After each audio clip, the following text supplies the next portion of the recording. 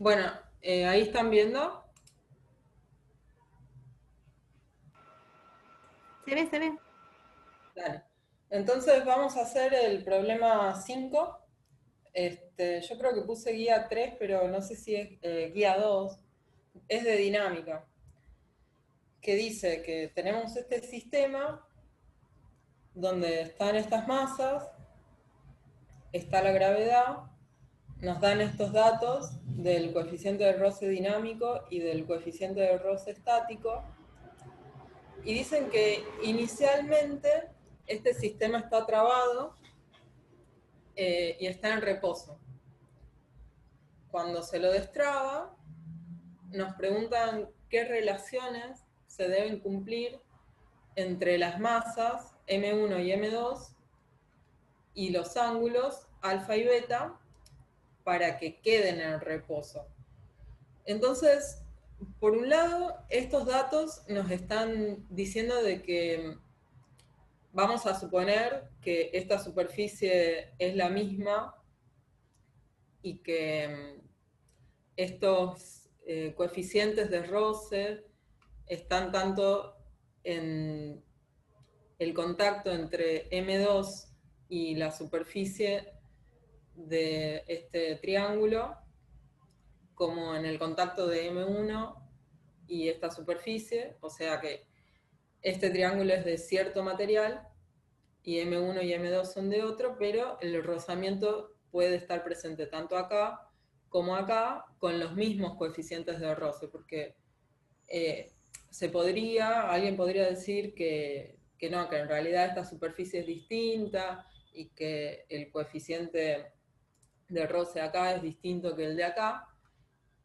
pero no es lo que vamos a usar para resolver este problema. Entonces, eh, para empezar a resolverlo, vamos a suponer hacia dónde se movería, o sea, un sentido de movimiento eh, una vez que se lo suelta. Por ejemplo, vamos a suponer que una vez que lo soltamos, este es el sentido de movimiento, es decir, que M1 va a descender y M2 va a ascender sobre este triángulo. Y vamos a empezar a resolver el problema con este sentido de giro propuesto. Entonces, lo primero que tenemos que hacer es un diagrama de cuerpo libre para cada una de las masas, con este sentido que elegimos para empezar. Entonces, en el diagrama de cuerpo libre de M2, por un lado está actuando una tensión de la cuerda, por otro lado está actuando el peso, también está actuando la fuerza normal. ¿Y hacia dónde creen que va a apuntar la fuerza de roce? Recién en la consulta nos preguntaban y nos decían que no se daban cuenta para dónde apuntaba la fuerza de roce, y en general no es trivial, o sea, no sale sin haber hecho un razonamiento previo hacia dónde va a apuntar la fuerza de roce.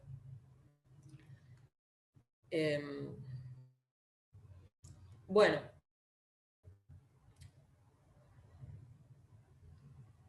si habíamos supuesto este sentido de movimiento, eso quiere decir que esta masa va a tender a moverse hacia donde está apuntando la tensión, y en ese caso la fuerza de roce que actúa sobre esta masa va a tener este sentido. Flor, Por, disculpa, ¿estás escribiendo algo sobre la pantalla? estoy moviendo el mouse, no se ve Ah, nada. perfecto. Eso. No, no, no, se ve que estás moviendo el mouse. Perfecto. Ah. Bueno, entonces, ¿se entiende por qué tiene este sentido? Porque se opone al movimiento que hubiera tenido si no hubiera habido fuerza de roce. que se acuerdan que elegimos que se iba a mover hacia allá, entonces la fuerza de roce se va a oponer a ese movimiento que hubiera sucedido. Y vamos a elegir un sistema de ejes cartesianos para poder analizar las ecuaciones de Newton con este diagrama de cuerpo libre sobre la masa de Flor, ¿puede ser que tengas dos archivos distintos y que ahora nos querés mostrar otro archivo? ¿Qué están viendo? El enunciado. Ahí Ahí está. está, ahí se arregló. Dirías lo último de nuevo porque no estábamos viendo el dibujo. Por eso te pregunté si estabas escribiendo algo, porque no era consistente el movimiento del mouse con lo que estábamos Claro, viendo. había puesto como el presentar pantalla, pero se ve que cuando yo presento pantalla ustedes no lo ven.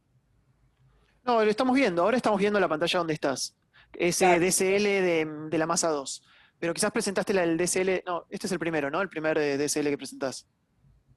Sí, este es el primer Sí. DSL que presento, pero es la segunda página. O sea, ustedes se quedaron todos en la En primera la página. primera, tal No cual. vieron ninguna. Bueno, No, lo podrías decir, ¿no? Esto último, por eso. claro. Sí, sí, va todo. Dale. Disculpen, yo pensé que cuando hacía este presentar pantalla, como que ustedes lo veían, pero no.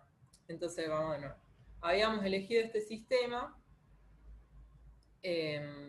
Hacemos un diagrama de cuerpo libre sobre la masa M2, donde está actuando la tensión, donde está actuando la normal, donde está actuando el peso, y la fuerza de roce que se va a oponer al movimiento que hubiera tenido si no hubiera habido fuerza de roce. Porque es este el sentido del movimiento que elegimos para empezar a analizar el problema. Entonces, para plantear las ecuaciones de Newton, que tenemos este sistema de ejes coordenados, x, y, hacemos sumatoria de fuerzas sobre la masa 2, es la masa 2 por la aceleración 2, y esta ecuación vectorial son estas dos ecuaciones escalares. Entonces, en el eje X, ¿qué es lo que tenemos? Tenemos la tensión, que apunta en el sentido positivo, tenemos la componente X del peso, que actúa en el sentido negativo, y tenemos esta fuerza de roce, que actúa en el sentido negativo del eje X. Perdón, una consulta. ¿La Sí. fuerza de rozamiento la elegiste hacia ese lado arbitrariamente diciendo que el movimiento sería positivo en el eje X? Elegí o sea, el problema te decía que inicialmente estaba en reposo, vos lo soltás, entonces cuando lo soltás se tiene que mover hacia algún lado. Claro, pero vos elegiste arbitrariamente hacia qué lado se mueve. Pero para empezar, después lo vamos a hacer que se mueve para el otro lado. Ah, Hay para fenómeno, empezarlo listo. y Era, hay que empezar, digamos. era corroborar eso, gracias. Bueno, entonces, seguimos, estamos acá. Lo mismo en el eje Y, hacemos sumatoria de fuerzas en Y igual a masa por aceleración en Y, pero no puede atravesar esta superficie y tampoco se va a mover hacia arriba de la superficie, entonces la aceleración en el eje Y es nula.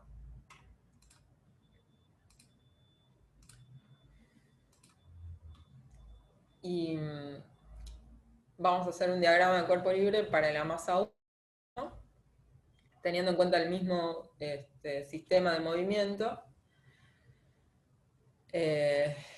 Y bueno, ahora está la fuerza normal en 1, el peso, la tensión y la fuerza de roce, que apunta hacia allá porque esta masa, en el sentido de giro que elegimos, se hubiera deslizado hacia abajo de esta superficie, entonces la fuerza de roce tiene que apuntar en el sentido opuesto al que se hubiera desplazado. ¿Se entiende hasta ahora?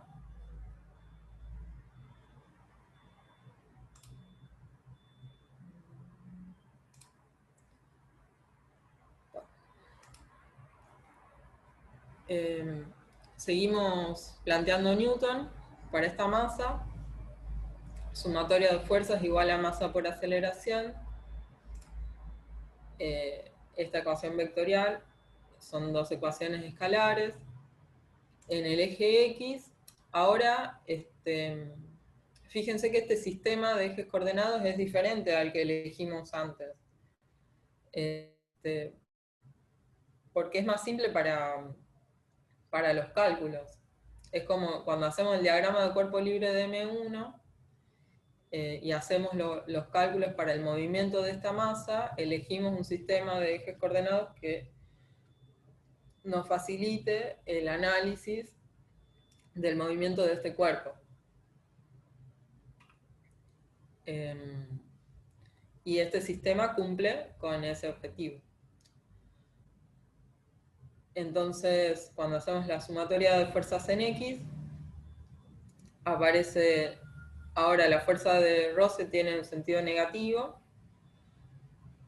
la componente X del peso tiene un sentido positivo, y la tensión un sentido negativo. En el eje vertical está la normal menos la componente Y del peso. Y en este caso también la aceleración en I es nula. Después, otra cosa que nos va a ayudar a simplificar los cálculos y que además sucede físicamente, es que las tensiones, por ser un hilo inextensible y una polea ideal, esto ya lo vimos en las prácticas anteriores, que esta tensión va a ser igual a la tensión que sufre la otra masa en módulo. Entonces vamos a llamar T a esa tensión. Y también otra cosa que va a suceder es que las aceleraciones de los cuerpos también van a ser iguales entre sí. Entonces podemos llamar a esa aceleración X punto a punto.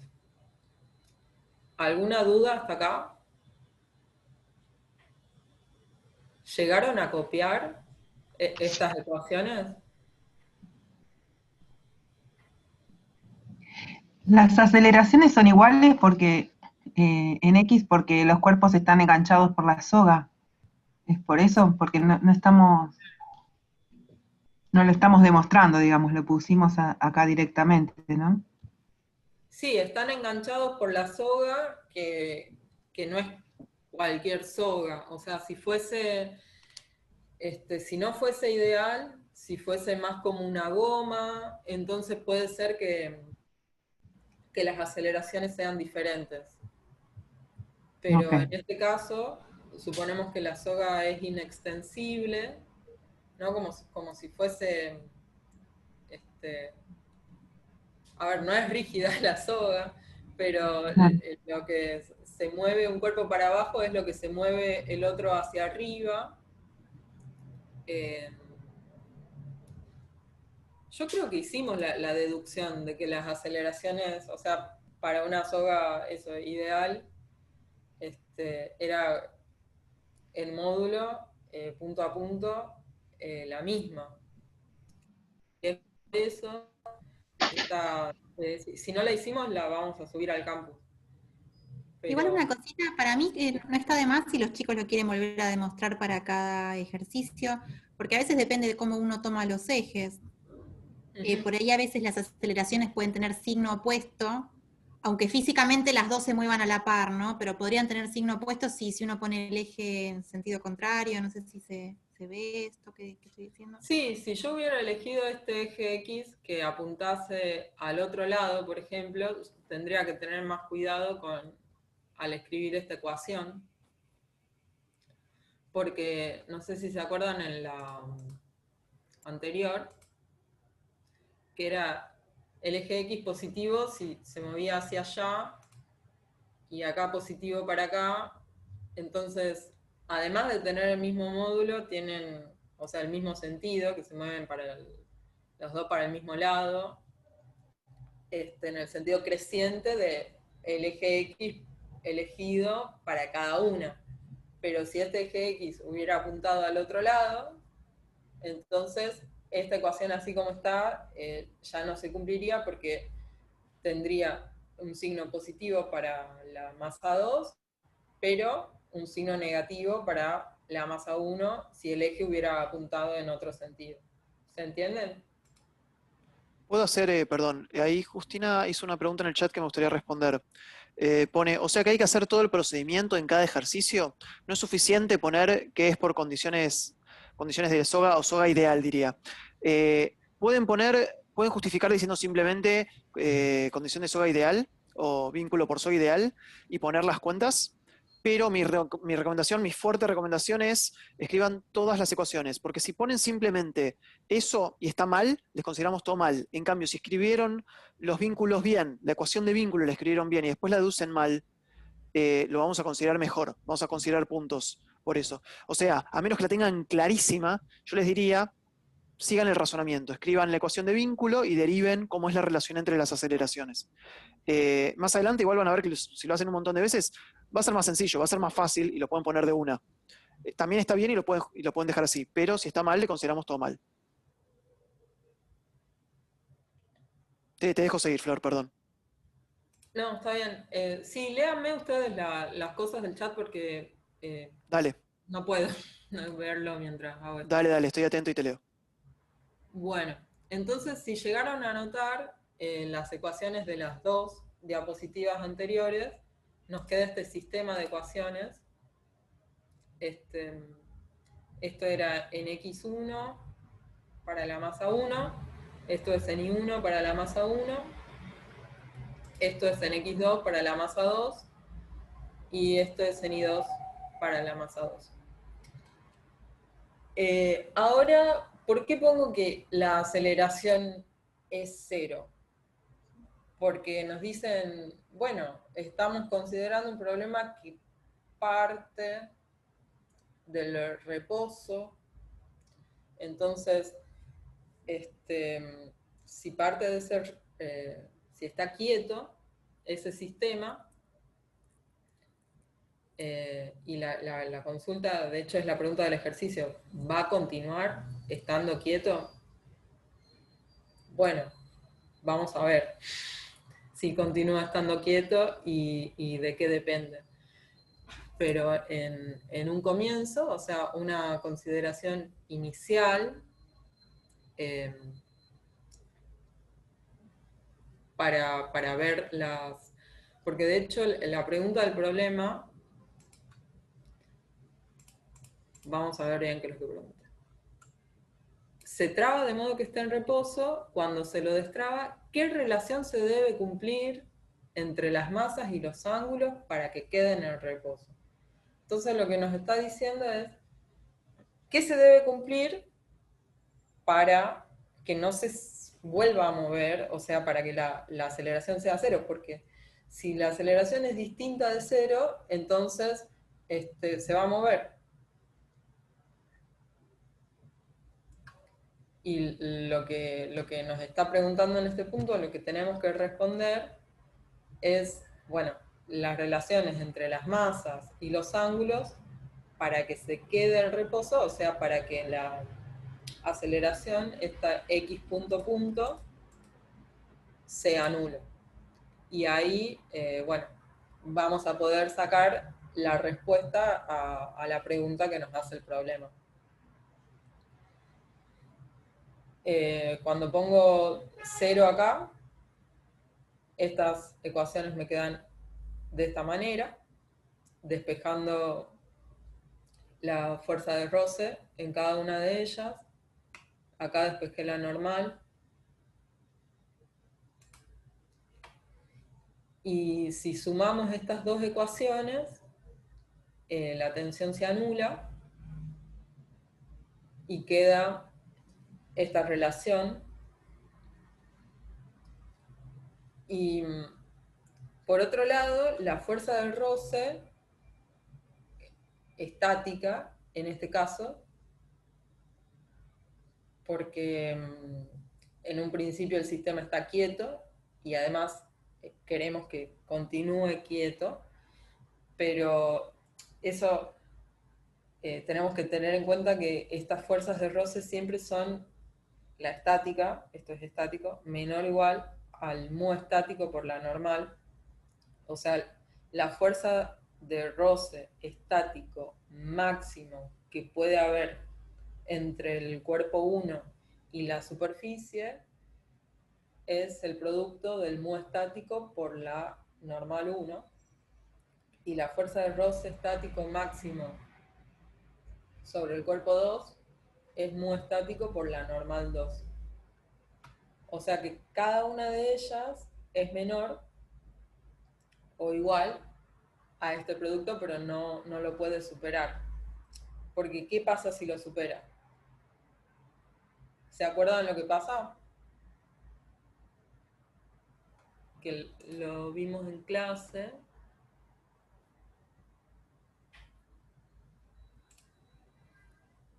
Les puedo mostrar acá. Si lo supera, si supera este mu estático por la normal, empieza el movimiento con una fuerza de roce menor, que es mu dinámico por la normal. Ahí algunos dijeron que es dinámico. ¿Qué cosa es dinámico? Ah, o sea, El como que, rozamiento. claro, si supera eso es dinámico, entonces se mueve, pero no es lo que queremos para resolver este problema, que nos preguntan qué relaciones se tienen que cumplir para que no se mueva. Entonces, para que no se mueva, estas fuerzas de roce tienen que ser menores a esto, porque si no se mueve y no estamos cumpliendo las condiciones del problema. Entonces, bueno, podemos reemplazar.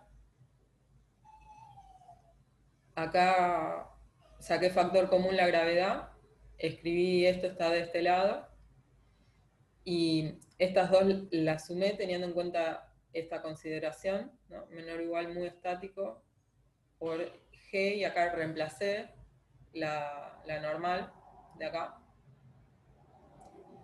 Y llegamos a esta relación que es justamente lo que nos pide el problema, porque nos pide qué relación se debe cumplir entre las masas y los ángulos para que siga sin moverse. Bueno, todo esto lo resolvimos habiendo supuesto un sentido posible de movimiento, que lo que corresponde... Sí. Perdón, te están preguntando cómo llegaste de la expresión de abajo a la izquierda a abajo a la derecha. Esa flecha, la flecha que va de izquierda a derecha a abajo, esa, ¿cómo llegaste de De acá ahí? a acá. Tal cual. Esto de acá, o sea, mu1 g seno de alfa menos, perdón, m1 g seno de alfa menos m2 g seno de beta, es lo que está acá, nada más que saqué factor común g. Lo que está de este lado, fuerza de roce 1 más fuerza de roce 2, sabemos que cada una de ellas es menor o igual que mu estático por n1 más mu estático por n2. O sea, sumé estas cosas, ¿no?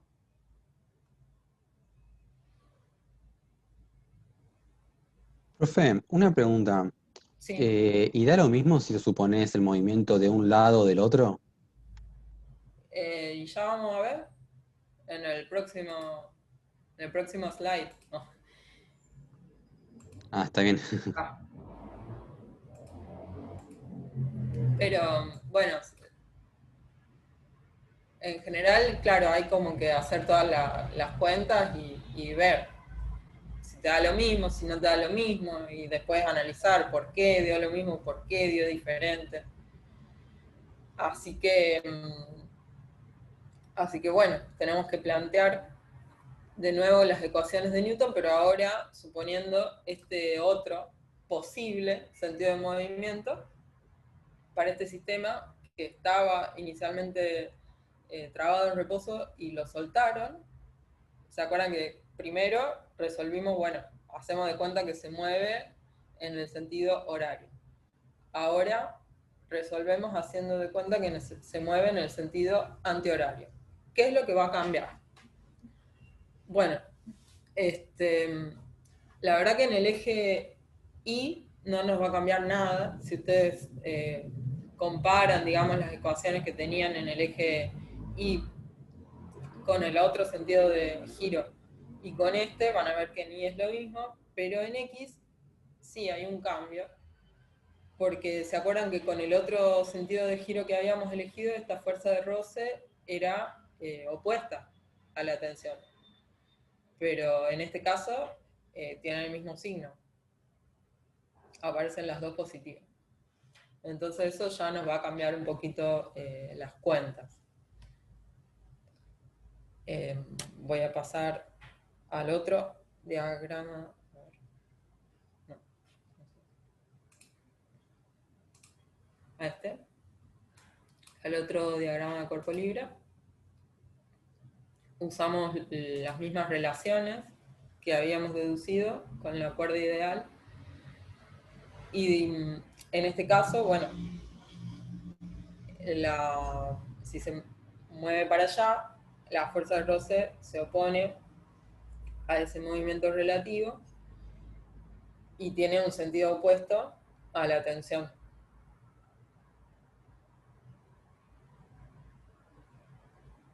Y juntamos todas las ecuaciones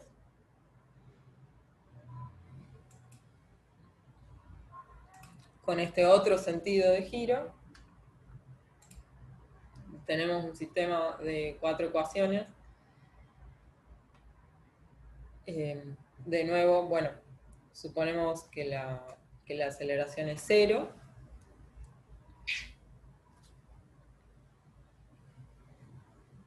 Y llegamos, esto lo paso un poquito más rápido que antes porque, o sea, como cambió un signo, nada más, pero si me siguieron el razonamiento lo pueden hacer con un cambio de signo. Igual copien, pero tenemos estas mismas relaciones y queda esta expresión que es muy parecida a la anterior. En la próxima diapositiva vemos las dos. Para un sentido de giro llegamos a esta expresión y para otro sentido de giro llegamos a esta otra. Y estas dos las podemos escribir de una única manera, se mueva hacia donde se mueva. Si se cumple esta relación, el sistema permanece en reposo, que es lo que pregunta el ítem A del problema 5.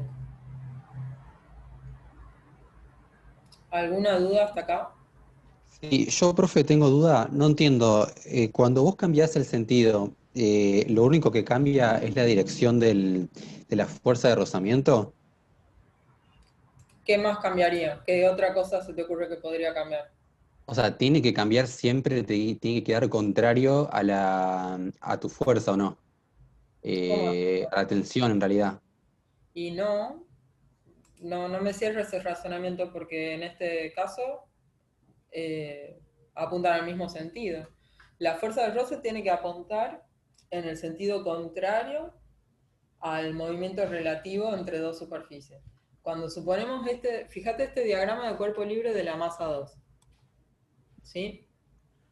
Sí. Este es el diagrama de cuerpo libre de la masa 2, suponiendo que la masa 2 está por descender por el plano inclinado este. Si la masa 2 claro. descendiese por el plano inclinado, entonces la fuerza de roce se tendría que oponer a ese movimiento que quiere hacer y apuntar en el sentido contrario a ese movimiento.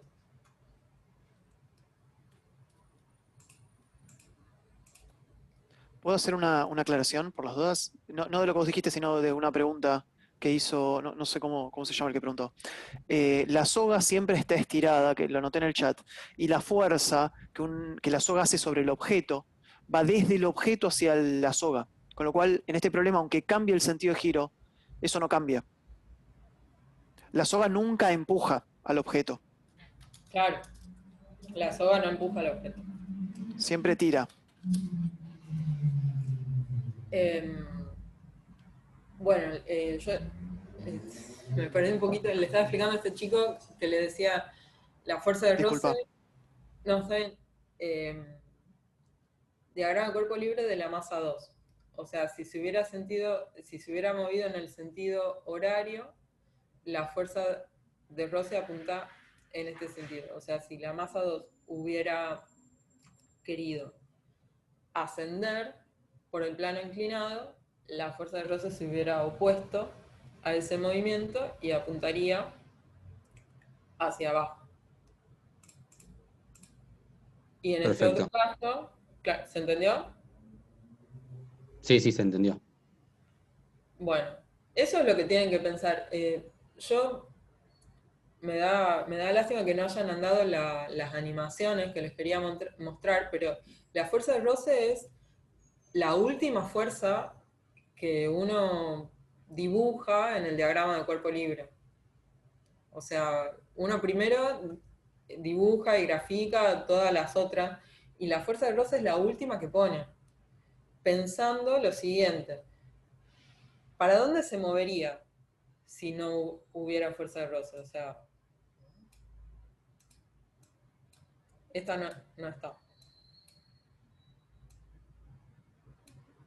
Están estas tres. ¿Para dónde se movería?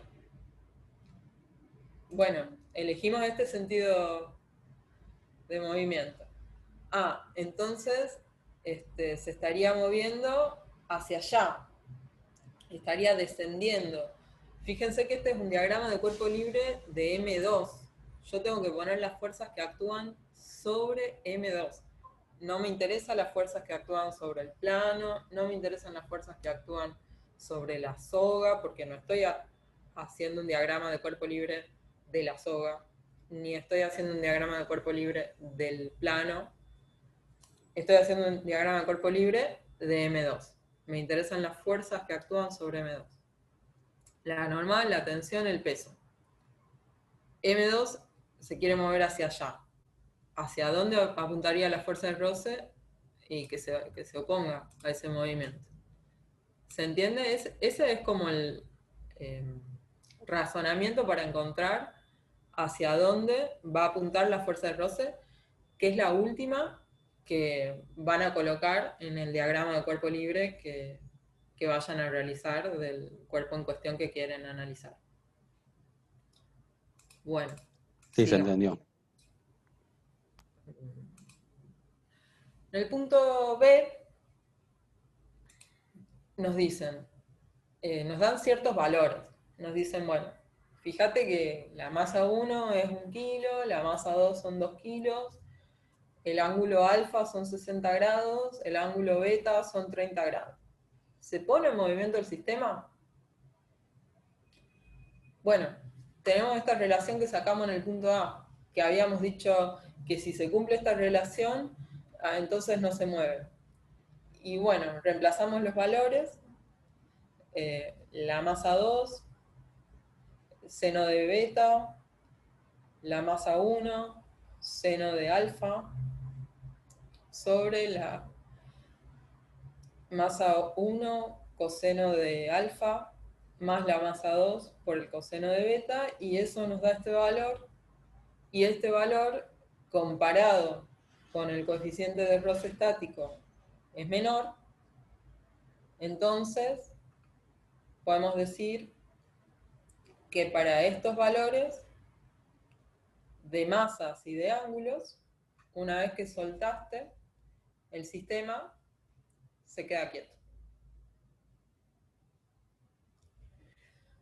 Bueno, ahora vamos a pasar al siguiente punto, al siguiente ítem del mismo ejercicio, que dice: suponga que inicialmente se le da al sistema cierta velocidad inicial y que los datos son los dados en B, o sea, esos valores de las masas y esos valores de los ángulos. Encuentre la aceleración y describa cómo será el movimiento del sistema, teniendo en cuenta los dos sentidos posibles de dicha velocidad, que es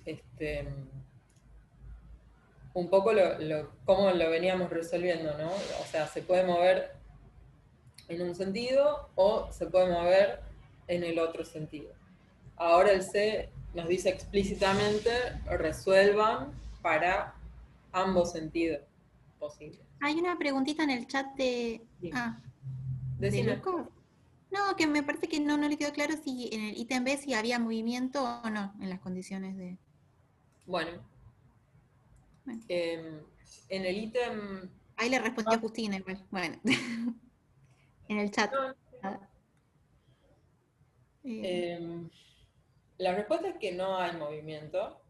¿Y por qué no hay movimiento?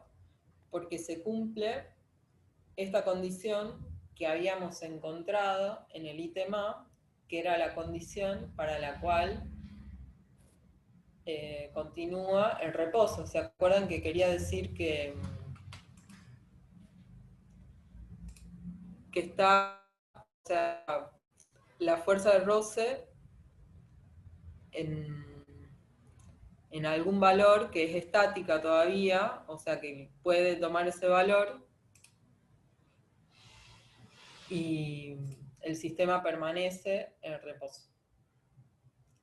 Si este número, o sea, si me hubieran dado otros valores de masa, otros valores de ángulo, los pongo en la calculadora y me da, no sé, 0,4, por ejemplo, algo del cálculo me da 0,4.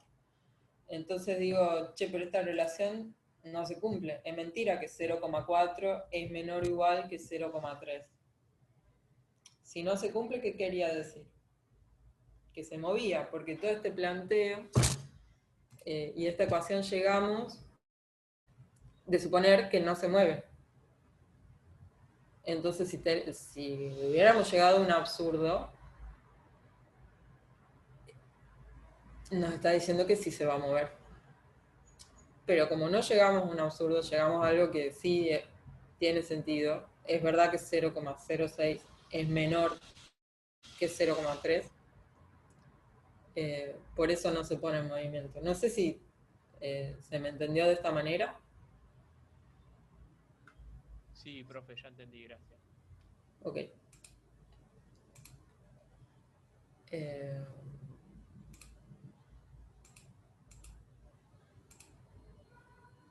Bueno, entonces pasamos a este ítem que decía de describir el movimiento.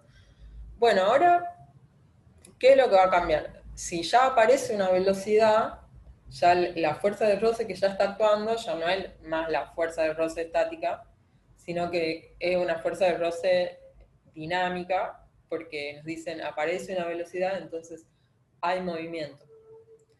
Entonces, voy a volver un poquito para atrás, que les quiero mostrar una cosa.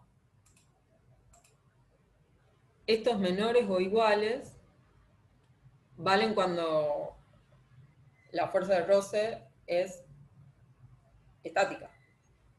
Y voy a volver al libro un ratito. La fuerza de roce dinámica, fíjense que es constante.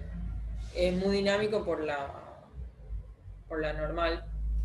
No estás en el libro, ¿eh? No sé si querés mostrar un libro o algo por el estilo, pero no lo estás mostrando en pantalla. Sí, quería mostrar un libro. Pero hice esto como 3 veces, qué lástima. Pues, me tengo que hacer más canchera con esto.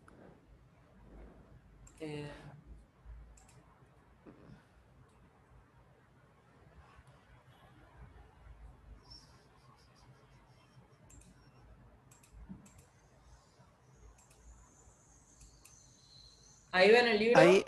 Ahí se ve el libro, sí. Bueno, entonces, gracias, Nico. No, por favor. La fuerza de roce estática puede ir variando, mientras que la fuerza de roce dinámica es constante.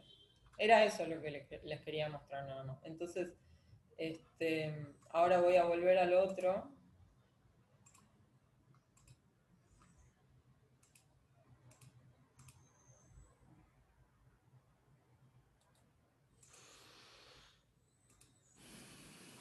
Esta relación con este menor o igual vale cuando una fuerza de roce, cuando estamos hablando de una fuerza de roce estática. Y fíjense que acá aparece el mu estático. En el ítem C que vamos a resolver, ya las fuerzas de roce ya no son más estáticas, sino que son dinámicas porque hay movimiento. Ven que acá yo pongo fuerza de roce igual mu dinámico por la normal. Eso, bueno, es como importante a tener en cuenta cuando se resuelven problemas de dinámica y fuerzas de roce. Entonces tenemos este sistema de ecuaciones. Ahora la aceleración ya no tiene por qué ser nula, como habíamos planteado antes.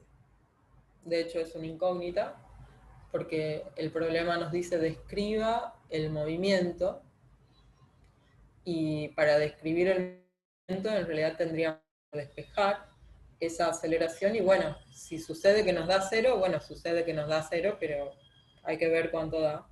Y para eso hay que usar todas estas ecuaciones que son las que planteamos con las leyes de Newton.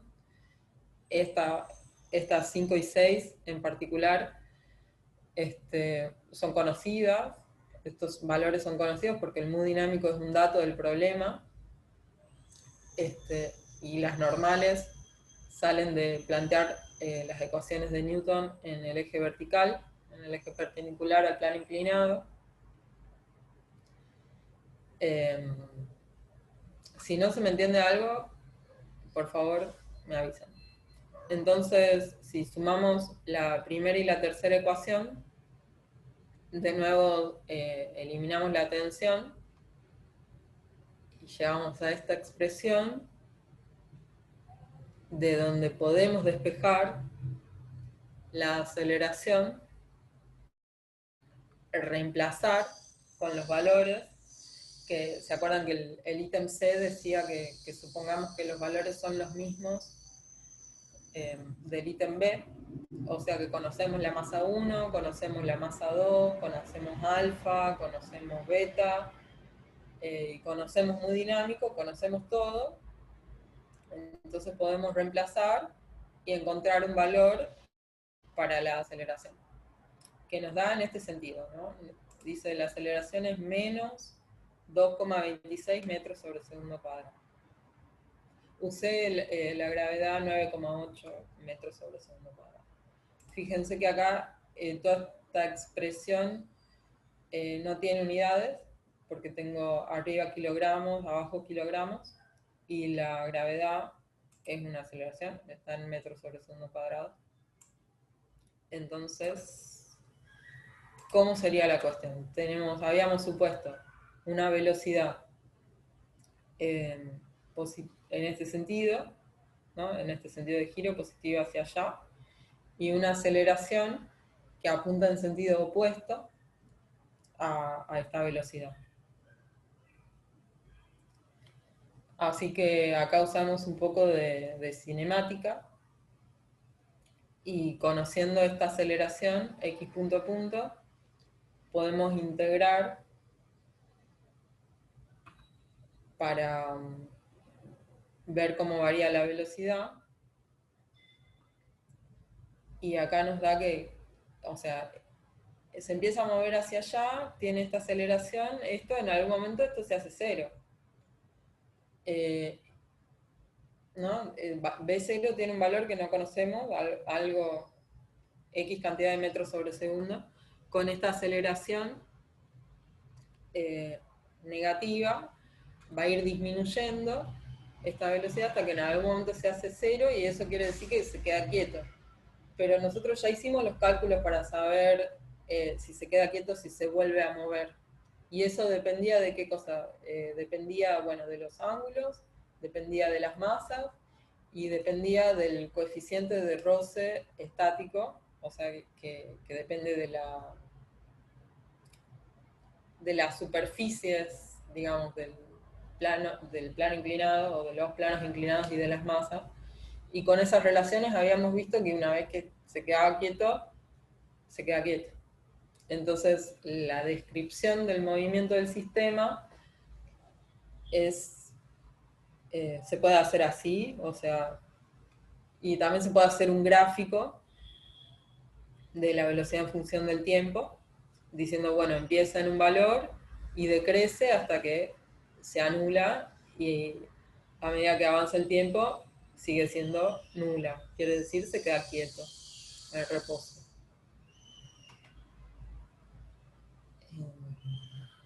Flor, quizás no se ve lo que estás mostrando. ¿Qué querés mostrar? ¿No no se está viendo nada? Se ve el problema, dice, en este problema, según lo visto en el ítem B, una vez que Sí. X punto, y ahí lo sacaste. ¿Era eso lo que querías mostrar? Sí, Ah, perfecto, está perfecto. sí, esto. Está. Disculpa, te dejo seguir. No cambié de hoja. Ahora sí, vamos a la siguiente. La siguiente es, o sea, resolver lo mismo, pero suponiendo que se hubiera movido hacia el otro lado. Entonces usamos de nuevo las ecuaciones de Newton, todo, cambia el sentido de la velocidad, reemplazamos y encontramos un valor de la aceleración.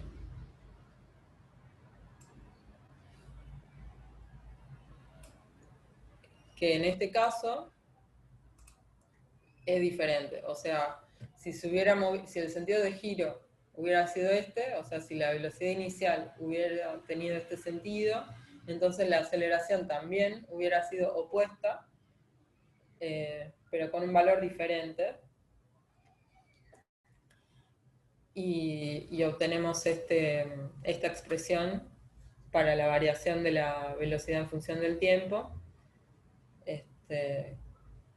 Que de nuevo, esta también en determinado momento se anula, ¿no? La velocidad en función del tiempo empieza apuntando en ese sentido, tiene la aceleración en sentido opuesto que hace que decrezca en módulo hasta que en algún momento se anula, es decir, se queda quieto el sistema, y por lo visto en el ítem B en particular, este sistema con estos datos, o sea, con estos valores de M1, M2, alfa, beta y mu estático, se queda quieto.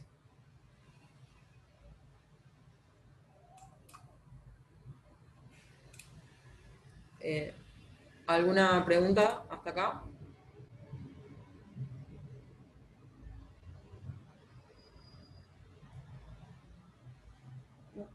Bueno, vamos a hacer una breve pausa, si les parece, hasta las 20:30. Si tienen alguna consulta nos quedamos, son 8 minutos de pausa. ¿Cuánto daba la aceleración en el último? 1,38 metros sobre segundo cuadrado.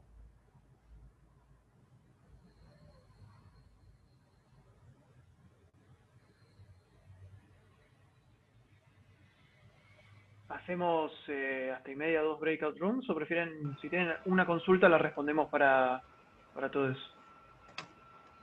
Creo que va a ser mejor eso. En 5 minutos. Los que quieran quedarse escuchando una consulta.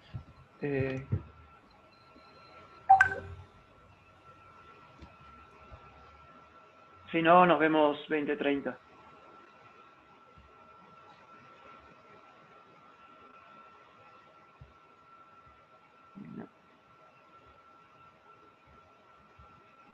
Bien. Muy bien, bueno, 20:30 nos encontramos de nuevo. Fernando sigue con la clase. Dale.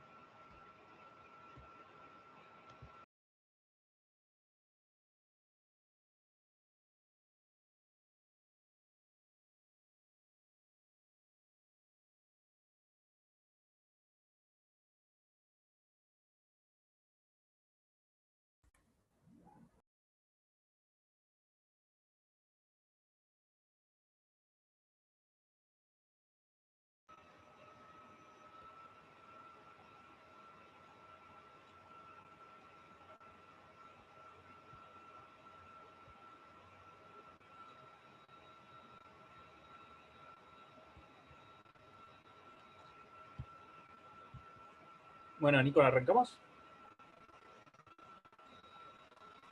Dale, dale, dale. Bueno, dígame si se ve que estoy bajando la huella, o siempre ve lo mismo. Digamos.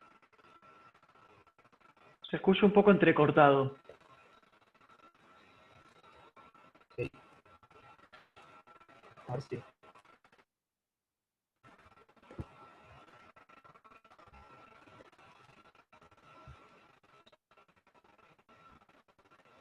Ahí, ¿se escucha mejor? Apenas, ahí pareciera que se escucha mejor.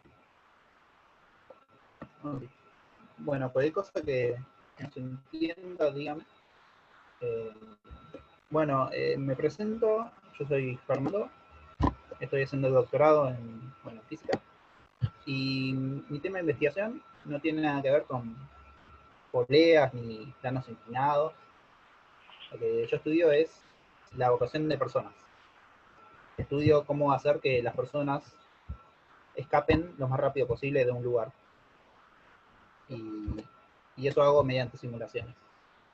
Así que mi tema es eso, hacer que se acelere el proceso de evacuación. Bueno, hoy vamos a hablar del problema 6, y si llegamos a tiempo, vamos a hablar del problema 4. La idea de hoy va a ser, bueno, con Flor estuvimos haciendo cuentas, y la idea de estos ejercicios que le voy a comentar ahora es más conceptual, de qué pasa o por qué pasa lo que pasa. Entonces, empecemos con el problema número 6 de la guía de razonamiento, que dice, pregunta, ¿cuál es el vicio del siguiente razonamiento? Sobre un cuerpo apoyado sobre la pared, dejarse una fuerza, como pueden ver acá en la imagen. El cuerpo está en reposo porque su peso es equilibrado por la fuerza de rozamiento. Y eso tiene sentido, digamos, ¿no?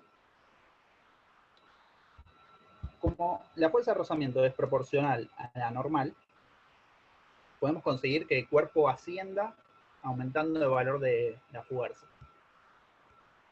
¿Ustedes qué opinan de esto, digamos? ¿Ustedes vieron alguna vez algún borrador que si yo lo aprieto muy fuerte contra la pared, suba? ¿Qué les parece el razonamiento del problema?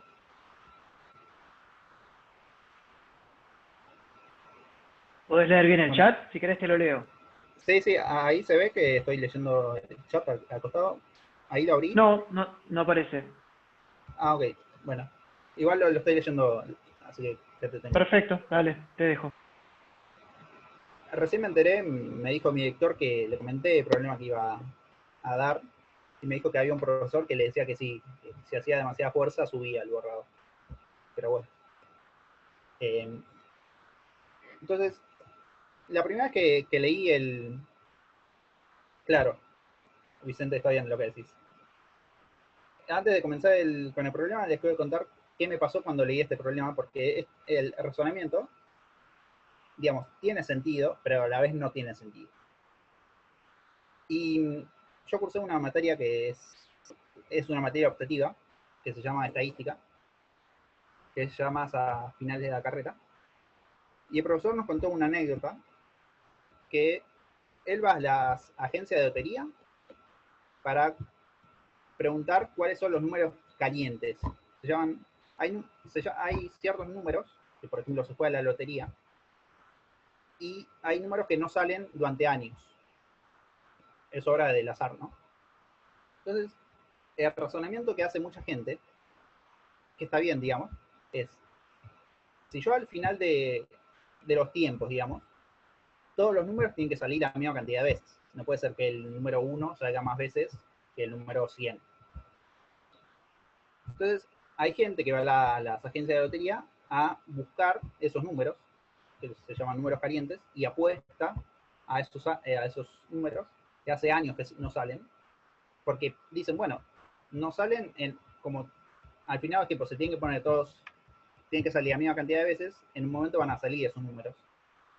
Entonces se tiene que poner a punto, digamos.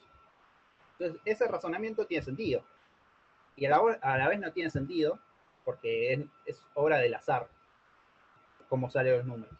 Entonces, cuando leí este problema, me acordé de lo que le había pasado al profesor de estadística. Claro, o sea, es como jugar al general. Por ahí el 2, vos tirás 20 veces y el 2 nunca sale. En algún momento va a salir el 2. Entonces, se puede apostar a que salga en la próxima, porque hace mucho tiempo que no sale y tiene que salir alguna vez. Entonces, volviendo al ejercicio, ¿qué les parece? ¿El cuerpo puede subir o no por la fuerza de rozamiento? Digamos, si yo aprieto un cuerpo y tiene algún justificativo de por qué no puede subir. Porque mientras es estático, la fuerza de rozamiento no vale mu estático por la normal, sino que vale lo contrario que lo que vale el peso, hasta que se alcanza mu estático por la normal, y a partir de ahí, si aumenta, o sea, si el peso fuera mayor que eso, empezaría a caer y sería dinámico. Claro. O sea, pensemos que la tendencia del borrador o del cuerpo tiende a caer debido a la fuerza peso. Entonces, si el cuerpo está en reposo, es porque yo le estoy haciendo una fuerza que está compensando esa fuerza que lo tiende a hacer caer. Como la fuerza del peso lo tiende a hacer caer, esa fuerza de rozamiento va a apuntar en la dirección opuesta a la tendencia del objeto a caer. Hablo tendencia porque el objeto no cae. Si estuviese cayendo, también la fuerza de rozamiento en este caso apuntaría para arriba. Entonces, veamos un poquito lo que pasa con la fuerza de rozamiento. Recordemos que la fuerza de fricción, la fuerza de rozamiento, tanto sea estática o dinámica, se opone a la tendencia, en el caso de estática, o al movimiento relativo, en el caso de dinámica, del objeto. Entonces, como le decía recién, el objeto tiende a moverse hacia abajo, a caer, pero la fuerza de rozamiento compensa esa tendencia a la caída. Entonces, y también uno podría pensar, bueno, ¿qué pasa si yo tengo una aspiradora, digamos, que hace que el objeto sienta una fuerza hacia arriba? Entonces, ¿y qué pasa si esa aspiradora tiene tanta fuerza que vence al peso? Entonces, en ese caso, la fuerza de rozamiento va a ser en la dirección opuesta, o sea, digamos para abajo. Entonces, nada, el sentido de fuerza de rozamiento, como veíamos en el ejercicio con Flor recién, depende de cómo se está moviendo el objeto o qué tendencia tiene a moverse. Entonces, acá hice una cuentita, o sea, discriminé en los ejes X e Y lo que está pasando. Entonces, como pueden ver, en el eje X tenemos la fuerza que apunta hacia la derecha y la normal que le ejerce la pared al objeto. Y como eso, el objeto no se mueve en la dirección X, la aceleración es 0. En cambio, ¿qué pasa en el eje Y? Tenemos el peso, yo como elegí el eje Y hacia arriba, tenemos que menos peso, y en este caso como el peso lo tiende a hacer caer, por eso la fuerza de rozamiento es positiva. Y el problema nos dice que el objeto está en reposo, así que la aceleración del objeto es 0, tanto en la coordenada X como en la coordenada Y. Entonces, ¿esto qué nos indica? Que la fuerza de rozamiento es igual al peso. Entonces, ¿qué pasaría? Entonces ahí tenemos que, si el objeto no se mueve, la fuerza de rozamiento siempre va a ser igual al peso del objeto. Independientemente, fíjense que es independientemente del peso del objeto y también es independientemente de cuánta fuerza haga. Es decir, que si yo lo aprieto muy fuerte, digamos, y yo veo que el objeto no cae, es porque la fuerza de rozamiento que le ejerce la pared compensa al peso. Y podríamos pensar de otra forma, digamos, que hipotéticamente, si el objeto subiría debido a la fuerza F, automáticamente el rozamiento lo haría detenerse. ¿Por qué? Porque se opone al movimiento, tanto si es estático como si es dinámico. Entonces, de ninguna manera podría subir el objeto. Una pregunta que nos podríamos hacer, bueno, acá repito, el razonamiento. Entonces, una podría preguntarse, entonces, o sea, ¿qué efecto tiene sobre el bloque? ¿Qué pasa si aprieto más fuerte? O sea, aprieto con mucha fuerza el bloque. Ya sabemos que el bloque no va a subir. Acordate que el mu estático no depende de la normal, es propiedad del material. En realidad es propiedad de los dos materiales. Fíjate que por eso la fuerza de rozamiento, le contesta a Patricia. Fíjate que la fuerza de rozamiento está escrita como la de dinámica, por ejemplo, o la estática máxima, está separada en un término que es mu y otro término que es la normal. Y al separarlas, uno está diciendo que el mu no depende de la normal, en algún sentido. Entonces por eso está separado. Claro, Juan Ignacio, vas en ese sentido, digamos. Cuando yo aprieto con más fuerza contra la pared, lo que está generando es que la capacidad que tiene la pared de ejercer una fuerza de rozamiento, estoy aumentando esa capacidad.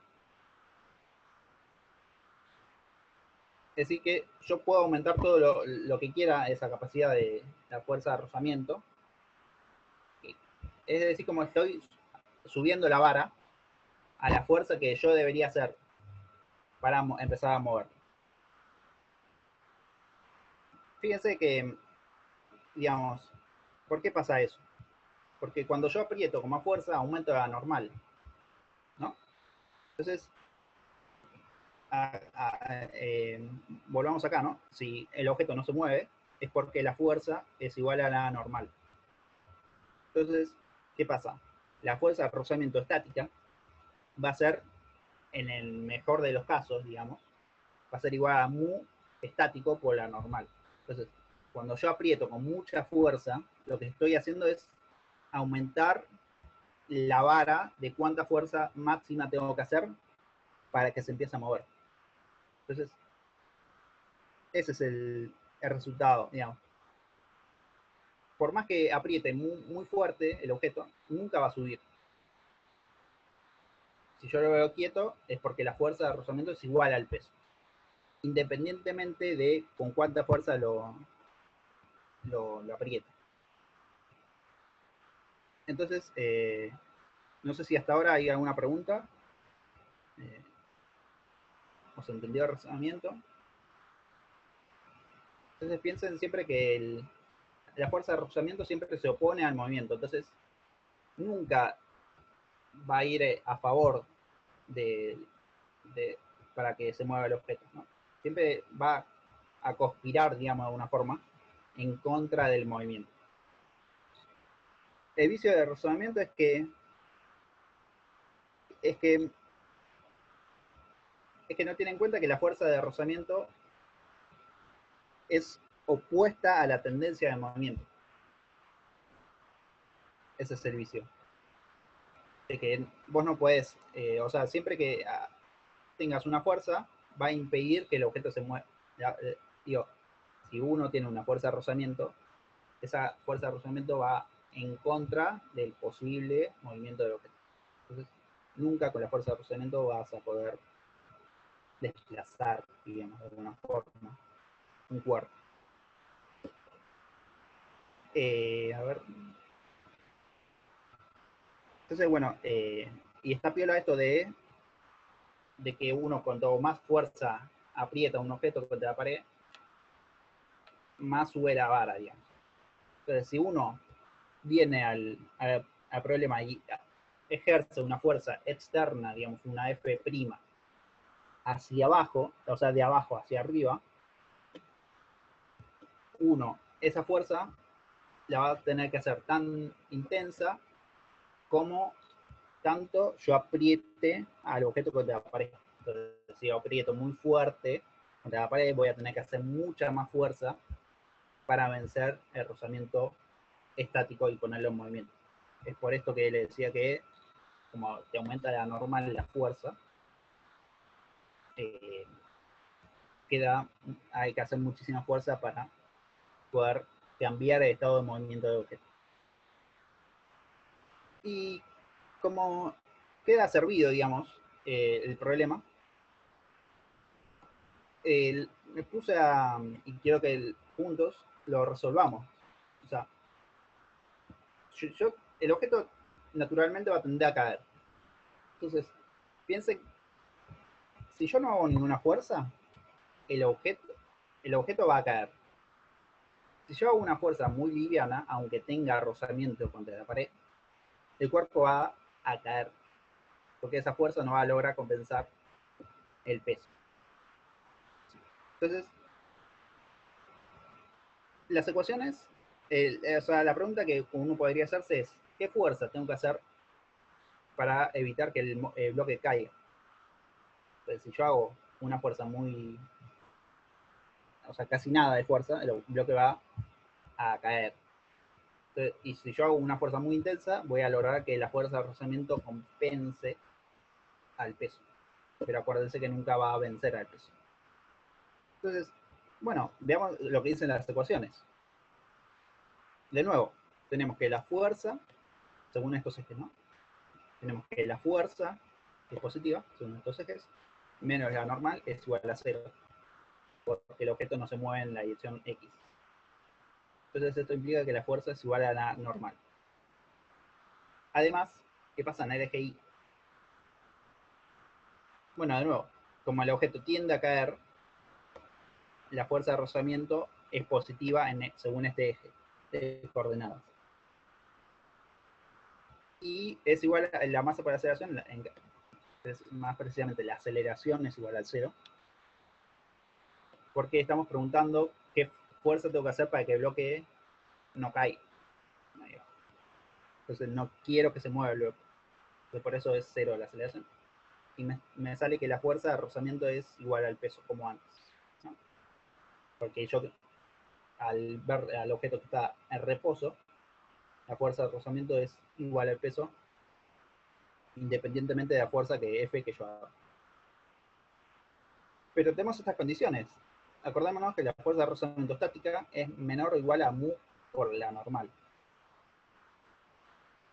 Entonces, y sabemos que la normal es igual a la fuerza, según esta ecuación.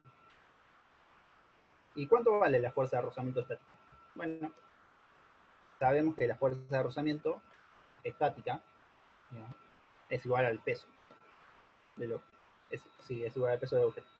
Entonces de acá sale que la fuerza que nosotros tenemos que hacer para impedir que el objeto caiga va a depender de la masa y de la gravedad y del coeficiente estático de rozamiento. Y fíjense que tiene sentido esto. O sea, cuanto más pesado sea el cuerpo, más fuerza voy a tener que hacer para impedir que se caiga. Fíjense que acá, si yo hago, por ejemplo, supongamos que esto vale 10, por ejemplo, 10 newton. Entonces, si yo hago 20 newton, no quiere decir que el objeto, como decíamos antes, se suba, sino que solamente dice que si yo hago 20 newton, por ejemplo, asumiendo que esto es 10, el objeto se va a quedar en reposo, o sea, voy a lograr que el objeto quede contra la pared y no se mueva. Entonces, bueno, es esa la condición para que el objeto no caiga. Fíjense que también depende de si hay fuerza de rozamiento. Entonces, cuando siempre piensen cuando ustedes tienen fuerzas de rozamiento, lo que yo hago generalmente es ir a los extremos. O sea, analizar qué pasa si la pared fuese de hielo. Entonces, si la pared fuese de hielo,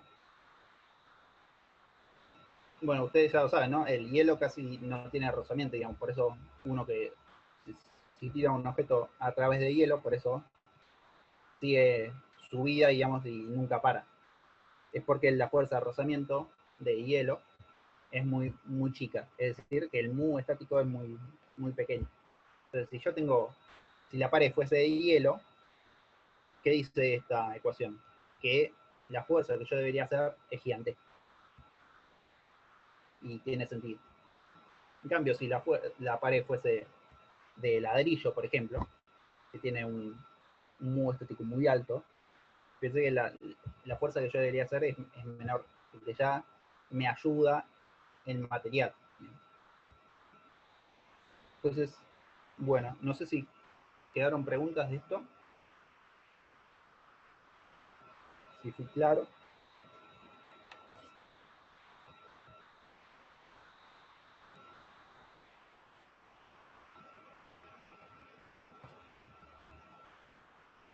Ahí estoy leyendo. Claro, o sea, Julieta está bien.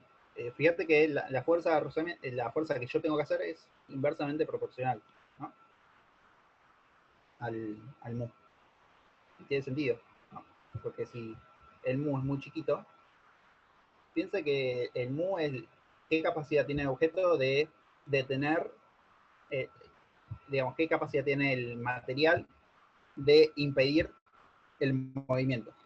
Entonces, si el mu es muy chico, el material no va a frenar mucho el objeto que está encima, digamos.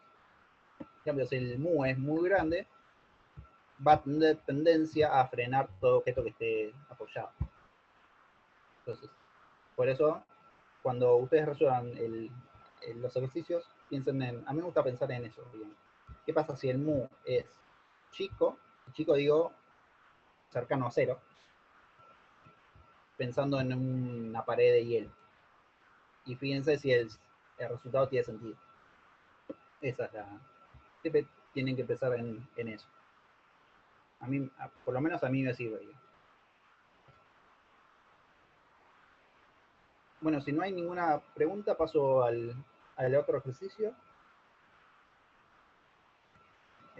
Díganme ustedes, chicos, si hay alguna consulta más o quieren que pase. Bueno, seguimos. Perfecto. Entonces, ahora pasamos al problema número 4, que es también conceptual. Y entonces el problema 4 dice, si sabe que un sistema de partículas está en reposo, ¿qué significa un sistema de partículas? Tengo, no sé, 5 borradores dando vueltas por la vía. Y quiere hallar la fuerza de rozamiento, ¿la obtiene a partir de las ecuaciones de Newton y de vínculo, o la obtiene poniendo que la fuerza de rozamiento estática es igual a mu estático por la normal? ¿Ustedes qué opinan de eso? Digamos, yo puedo decir a priori, bueno, lo veo desde lejos y digo, no, la fuerza de rozamiento es mu por la normal. Y ahí Jorge comenta que es Newton y vínculo.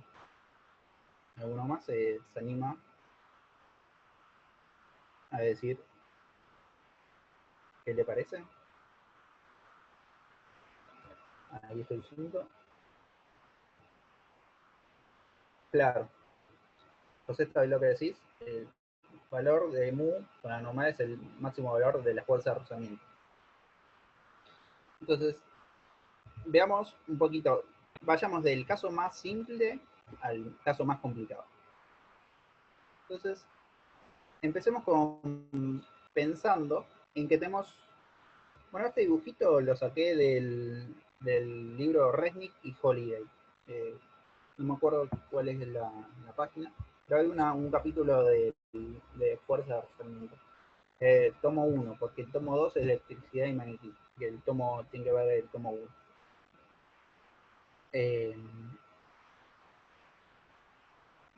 Claro, Juan, está bien lo que decís. Ahí Juan dice que la fuerza de rozamiento estático es menor o igual al mu por la normal. Mu estático por la normal. Ese caso muy particular. Ese caso previo a moverse el objeto. Entonces, veamos qué pasa. Entonces, tenemos este objeto, tenemos un bloquecito apoyado sobre una superficie, y sobre la superficie hay rozamiento. Sobre este bloquecito se ejerce una fuerza F hacia la izquierda.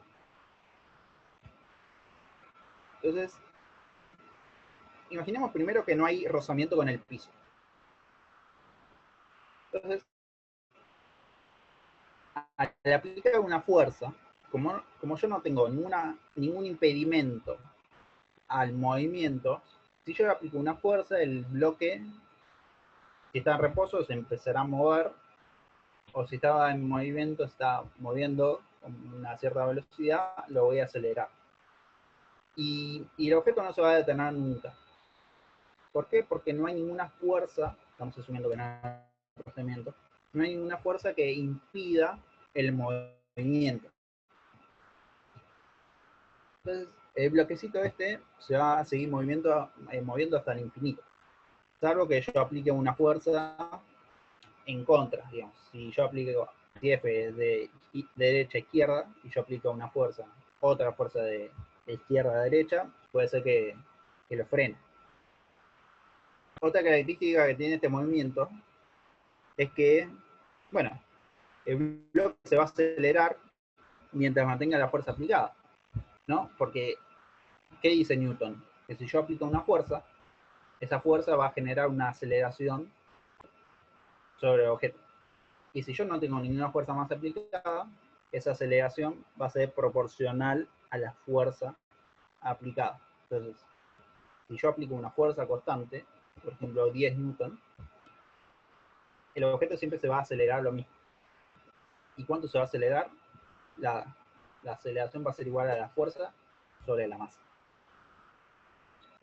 Y esto no quiere decir que el objeto se mueva siempre a la misma velocidad. Que tengamos en cuenta eso. Lo que dice esto es que siempre se va a acelerar de la misma manera. Y eso implica que si el objeto tiene una velocidad de 10 metros por segundo, en un instante posterior se va a mover mucho más rápido, debido a la aceleración. Y bueno, y esto por ahí me fui mucho, pero la velocidad final del bloque dependerá de qué tan intensa sea la fuerza. ¿Por qué? Porque la aceleración, como es proporcional a la fuerza, si yo aprieto con más fuerza el bloquecito, lo empujo con más fuerza, la aceleración va a ser más alta. Entonces el cambio de velocidad va a ser superior, y entonces la velocidad final que adquiera el bloque. No, hoy no vamos a... Nico, no sé si empezamos el viernes, ¿no? Sí, el viernes vamos a ver movimiento oscilatorio. Bueno, y entonces le decía que la velocidad final del bloque va a depender tanto de qué tan fuerte lo empujo, de la intensidad de fuerza, como del tiempo de aplicación. O sea, que si estoy un segundo ejerciendo una fuerza de 1 newton, no va a ser lo mismo que si estoy 10 años ejerciendo una fuerza de 10 newton. Entonces, bueno, ahora pasemos al caso de que hay rozamiento con el piso.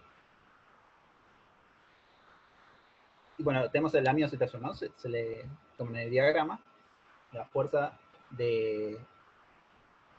sobre el objeto va a ser de derecha a izquierda. Y en este sentido, como yo voy a ejercer una fuerza sobre el objeto, de derecha a izquierda, la fuerza de rozamiento va a conspirar contra el movimiento. ¿Qué significa conspirar? Va a ser una fuerza opuesta, en sentido opuesto, a la dirección y sentido de F, de la fuerza que yo aplico. Entonces, por eso la fuerza de rozamiento va de izquierda a derecha. Entonces, como acá le muestro, bueno, se escribo, la fuerza de rozamiento impide el movimiento del bloque. Y el bloque se moverá o no, como ya lo vimos muchas veces, dependiendo de qué tan fuerte empuje el objeto y qué tan y las propiedades de material del piso. Si tengo hielo o si tengo ladrillo.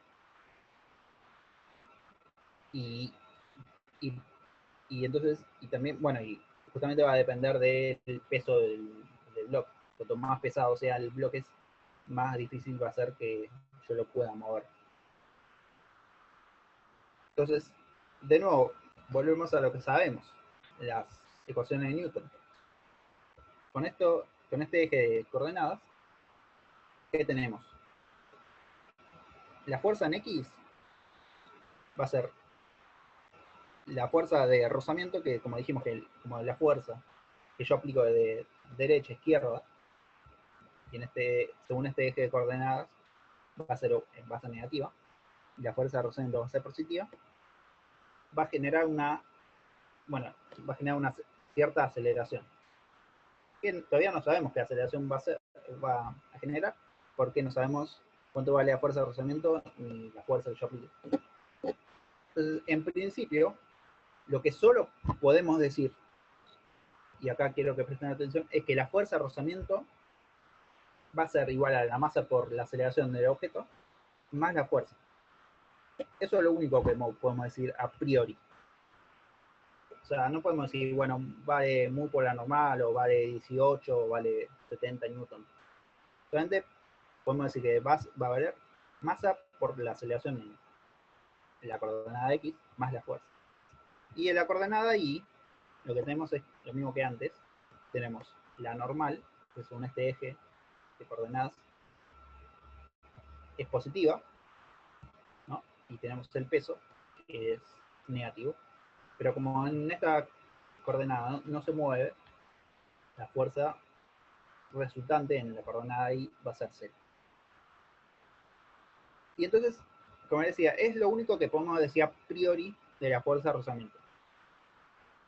Podemos decir solamente que vale la masa por la aceleración en X más la fuerza. Entonces, ¿qué pasa si yo aplico la fuerza sobre el bloque y no se mueve?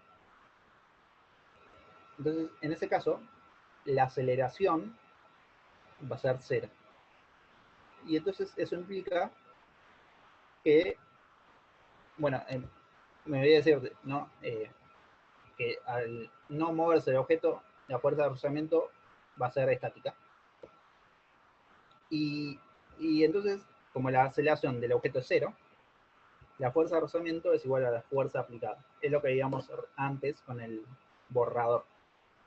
Entonces, ¿qué significa esto? Si yo veo que el objeto no se mueve, entonces puedo asegurar que la fuerza de rozamiento es igual a la fuerza aplicada.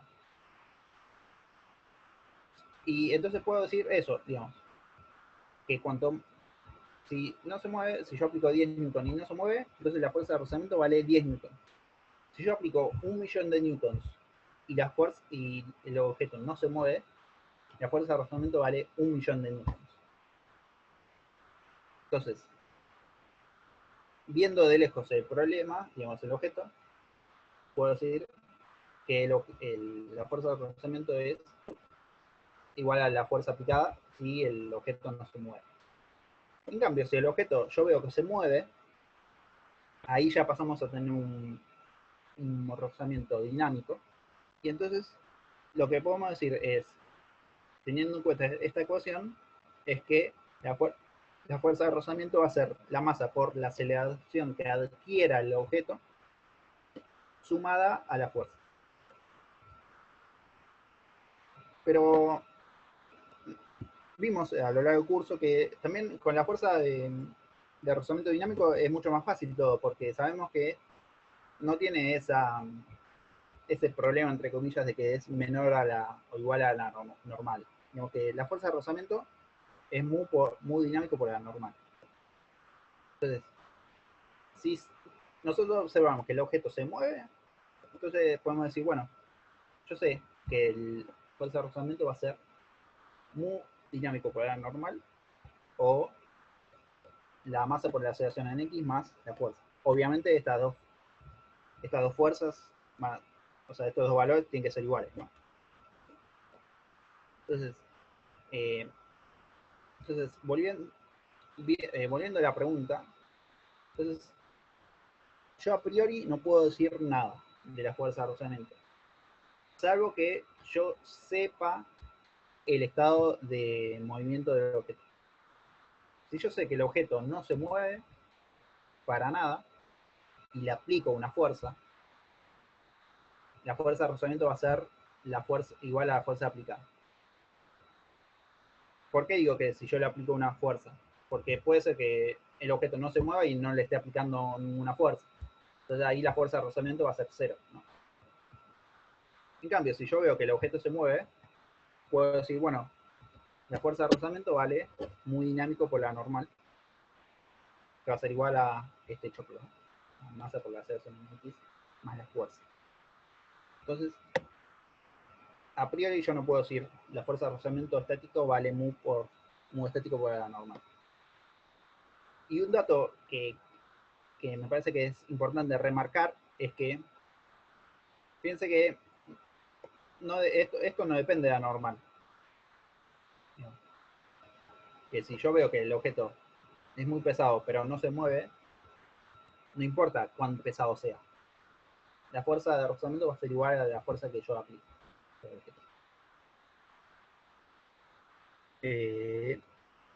Y bueno, y como decían ahí en el chat, la fuerza estática, eso de mu estático por la normal, solamente vale en la condición límite un instante antes de empezar a moverse el objeto. Solamente en ese caso podemos decir que la fuerza de rozamiento estático es igual a mu por la normal. Y bueno, acá muestro el dibujito que le mostraba Flor antes y que Sasha hizo la vez pasada. Eso, que la fuerza, cómo se comporta la fuerza de rozamiento.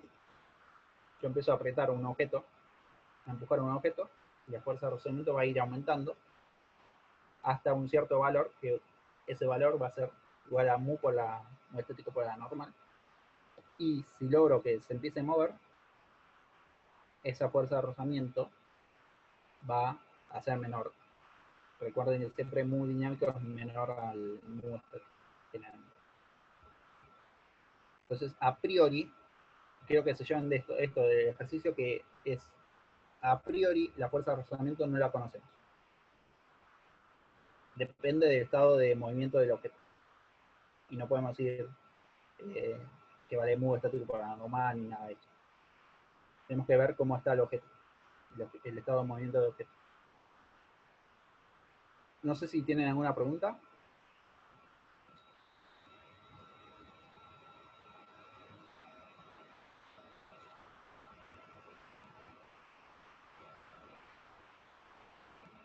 Bien.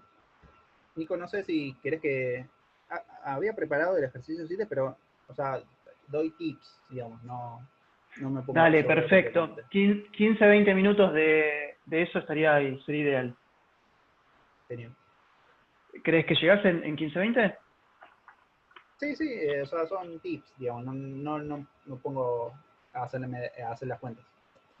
Dale, Solamente excelente. para que sepan cómo plantearlo y después subo el ejercicio resuelto bien al campo. Dale, perfecto. El ejercicio 7 está bueno. Ya tienen todas las herramientas para poder hacerlo. Pero bueno, les vamos a dar unos tips y traten de hacerlo. Te dejo entonces. Genial. Bueno, entonces continuamos con el ejercicio número 7. Creo que es el último de la guía. Entonces ahora sí volvamos digamos, a la normalidad de alguna forma. Y la idea es plantear el ejercicio. Una cosa, voy a subir el PDF, lo voy a subir al campus, así que no se hagan problema si no llegan a anotar. Entonces, seguimos con el ejercicio 7, que dice que considere dos partículas de masa M1 y M2 y dos poleas de masa despreciable, dispuesta como la figura, ¿no? Tenemos una masa 1, masa 2, tenemos una poleita que fija y una polea móvil. La masa 1 está sobre el plano inclinado, fijo al piso, o sea que el plano está atornillado al piso, inclinado a un ángulo alfa, siendo respectivamente, bueno, tenemos rozamiento en el plano, tanto rozamiento estético como dinámico. Los ejercicios de rozamiento estético y dinámico.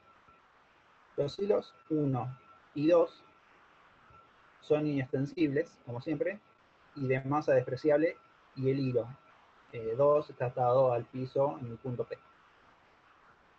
Entonces tenemos esta condición, y tenemos gravedad.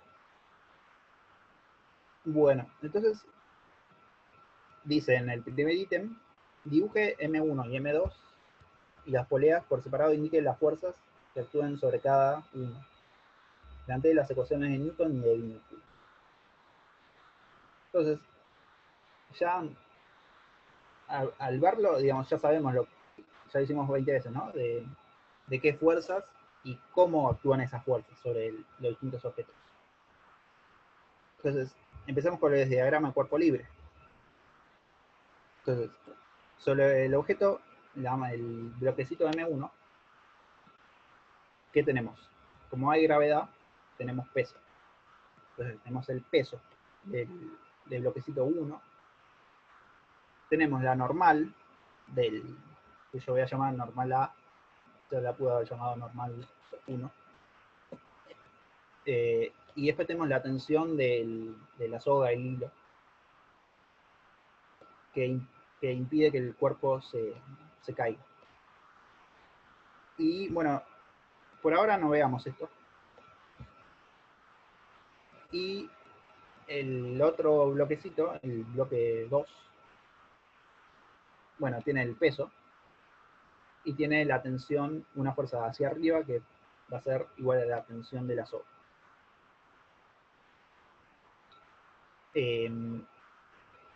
Bueno, después volvemos a la fuerza de rozamiento.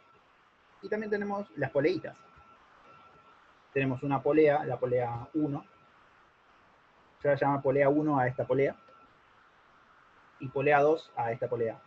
Voy a evitar llamarla O, solamente para indicar que la polea 2 está de alguna forma ligada al cuerpo 2.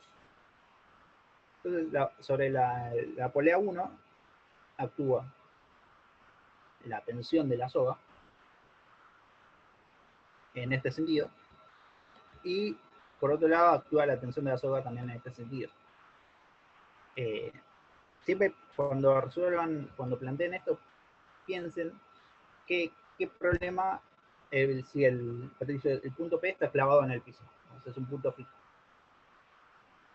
Cuando resuelvan estos, piensen qué hace, por ejemplo, ¿tiene sentido que la tensión 1 esté apuntando en este sentido? Y sí, porque la poleita tiende a caer, digamos, por ejemplo, en esto. Si yo cuelgo un peso en este lado, la poleita va a tender a caer. Entonces está bien que la tensión sea para abajo. La poleita va a tender a ir hacia abajo. Y acá me olvidé de poner, bueno, como voy acá, falta una fuerza acá, una fuerza hacia arriba. A ver si puedo lograr anotar. Hay una fuerza, y esta fuerza va a ser la fuerza de vínculo. No se ve lo que estás anotando. No sé, bueno. Ahí se ve el ratón. Sí, el mouse se ve bien. Creo que se entiende. Okay. Bueno, a ver. La fuerza va ahí para hacia arriba, digamos, en esta dirección. ¿Y por qué tiene que ir en esta dirección? Porque tiene que ser, porque tiene, ahí genial. Gracias. O sea, porque la fuerza se tiene que oponer a las tensiones, ¿no? Y la masa fija no se mueve. Entonces, la suma de fuerzas sobre ese objeto tiene que ser cero. Entonces, hay una fuerza que tiene que compensar esas tensiones.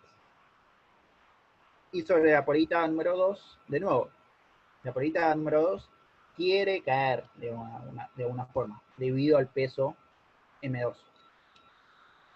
Y también hay una fuerza que lo tira para abajo debido al puntito P, que está fijo, está clavado en el piso. Y por otro lado, siente, digamos, entre comillas, una fuerza hacia arriba debido al hilo. Entonces, ya tenemos las fuerzas en los diagramas de cuerpo libre, solamente tenemos que ver esto de la fuerza de rozamiento. ¿Por qué puse la fuerza de rozamiento para este lado y no la puse para el otro lado? No hay una explicación. La pude haber puesto para el otro lado. ¿Y por qué eso sucede?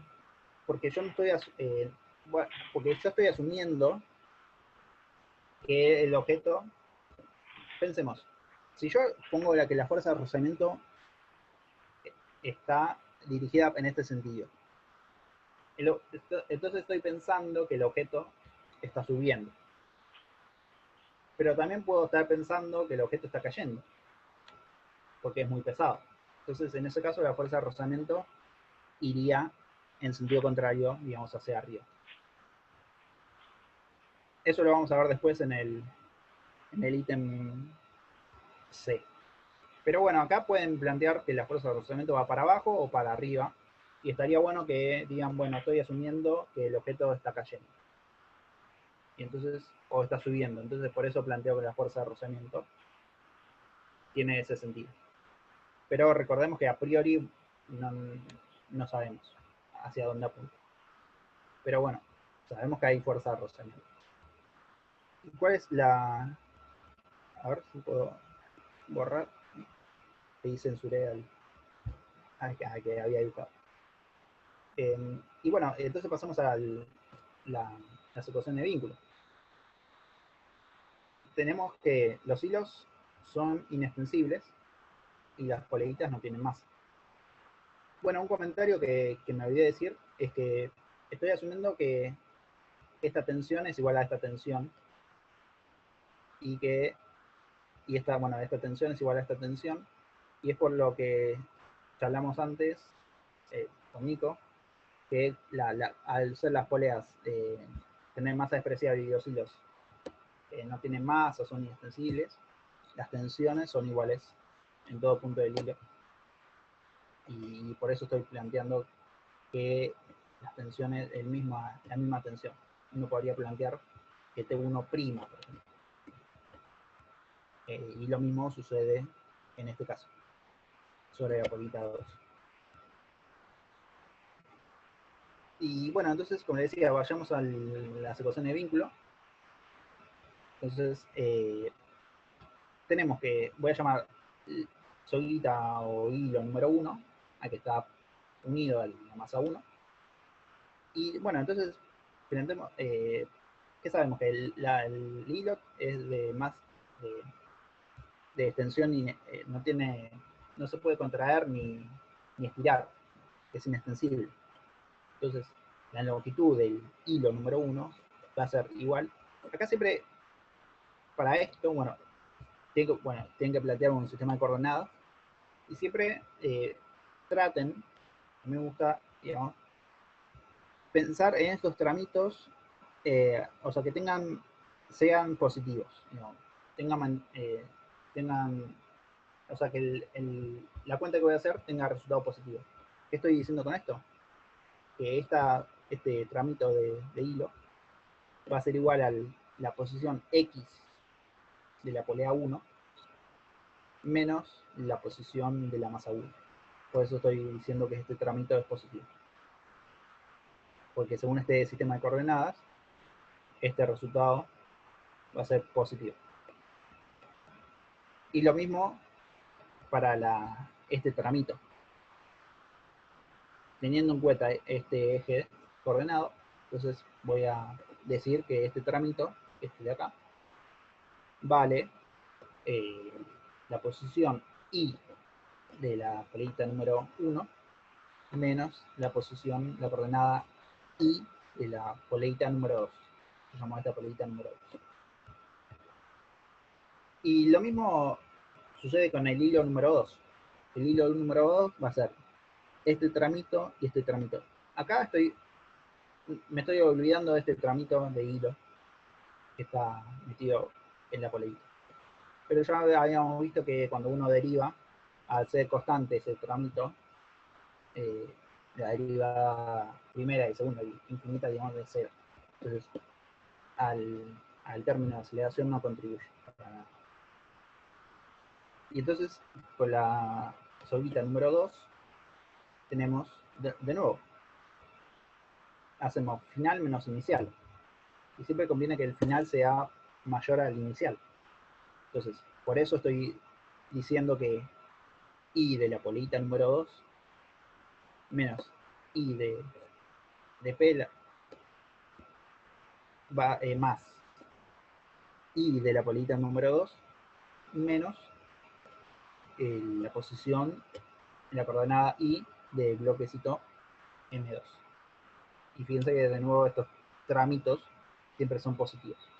Entonces de ahí me aseguro, digamos, que la longitud de la soga sea positiva.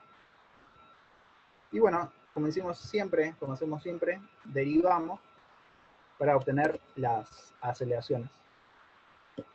Teniendo en cuenta que las poleitas esta poleita número 1 está fija. Entonces, a derivar esta coordenada de 0. Y bueno, tanto la coordenada X como la coordenada Y. Y bueno, esto es una constante. Entonces, derivando esta ecuación, obtenemos esta relación de que la aceleración en X de la masa 1 es menos la aceleración en Y de la polea 2. ¿Tiene sentido eso? Siempre fíjense, pregúntense si el resultado que les dio, antes de mandarse a hacer todo el ejercicio, piensen si el resultado tiene sentido. Si según este eje coordenado, si la masa sube, si la masa 1 sube, es porque la poleita número 2 tiene que bajar. Y entonces por eso, según el eje de coordenadas, y la aceleración de este bloquecito es positiva, la aceleración de este tiene que ser negativa. Entonces por eso tiene sentido este resultado. Y bueno, y derivando la ecuación de la soga número 2, llegamos de nuevo a otra ecuación. Bueno, y de nuevo que pensando que la coordenada I del punto P es 0, o que el punto P no se mueve en función del tiempo, entonces la derivada es 0, la segunda derivada y la primera también. Entonces ya tenemos las ecuaciones. Te hicieron una pregunta por el chat, quizás no la sí, viste. El último término Dice, es aceleración. Sí, discúlpame, sí, es aceleración de 2. De la masa 2. Si este término, ahí después lo corrijo, es la aceleración del masita 2. Gracias. Y bueno, y planteamos las ecuaciones de Newton. Esto creo que no hace falta que me extienda mucho. Según este eje de coordenadas, tenemos que una componente del peso, ¿no? Si este ángulo es alfa, este ángulo es alfa. Y entonces, según este eje coordenado, la componente del peso en esta dirección, en la dirección X, es negativo y vale la masa de la gravedad por el seno de alfa. Como yo estoy asumiendo que el objeto está subiendo,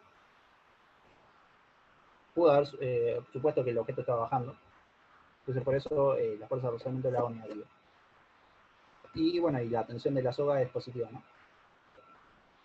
Eso va a la masa por la aceleración, y lo mismo sucede en la coordenada Y que la componente del peso en esa dirección, más la normal, que es hacia arriba, o sea, digamos, perpendicular al plano del plano inclinado, es igual a la masa por 1 por la aceleración. Y el bloque 2 que tenemos en X, no tenemos nada, ninguna fuerza, y en Y, bueno, tenemos el peso, en este caso por el sistema de coordenadas va a ser negativo, más la tensión, 2, es igual a la masa por la aceleración del bloquecito número 2. Y bueno, ahí tenemos estas condiciones que habíamos hallado recién. Y, a ver, y bueno, y las tensiones, ¿no? Las tensiones, bueno, las sacábamos de acá, ¿no? Decimos que la aceleración de la polita 2 es 0, entonces tenemos que T2 es igual a T1.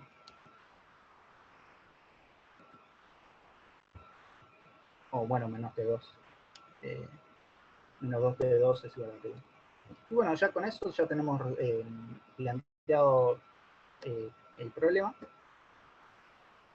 Y entonces ya podemos pasar al punto B, es que aceleración haya aceleración del punto, la masa número 1 en función de la aceleración M2. Y para eso tenemos que plantear dos posibles movimientos. Acuérdense que yo acá asumí que el objeto está subiendo. Pero también pudo haber supuesto que el objeto cae debido al peso. Entonces, para resolver este ítem, ustedes lo que tienen que plantear es que, como le hablan de la aceleración del bloquecito número 1, están asumiendo que el bloquecito se está moviendo. Si no, no les hablarían de aceleración. Entonces, la fuerza de rozamiento va a ser dinámica. Y el objeto se puede mover en dos direcciones. Entonces, tienen que plantear que en el caso 1, que la masa 1 sube, y la masa, en el otro caso, que la masa 1 baja. Entonces, dependiendo del movimiento de la masa 1, van a tener una aceleración o otra.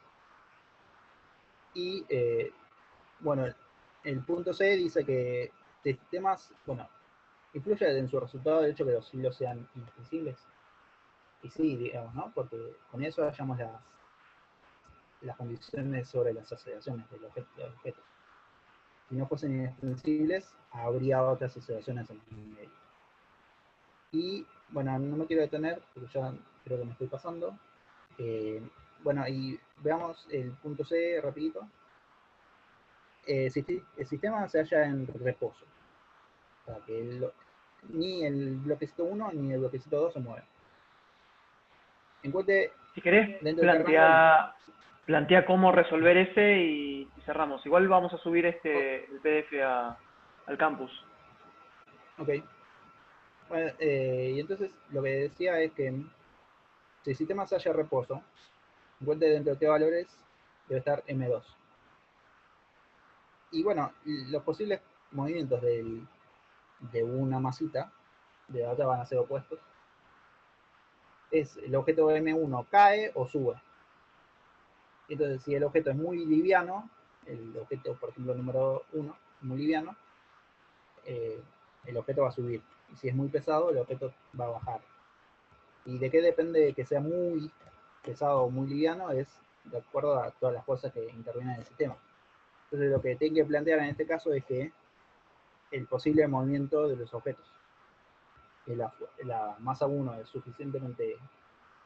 muy liviana, entonces si es muy liviana, el cuerpo sube, entonces la fuerza de rozamiento estático va a apuntar hacia abajo, y en el otro caso, el objeto M1 es muy pesado, entonces el objeto cae, entonces la fuerza de rozamiento estático va a apuntar hacia arriba.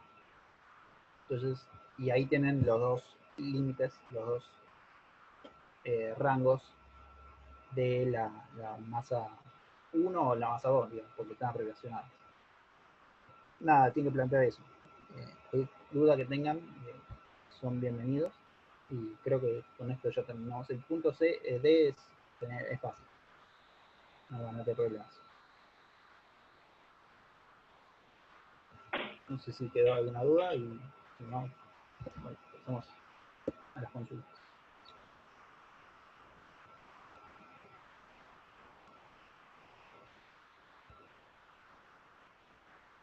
Si quedó alguna duda es el momento.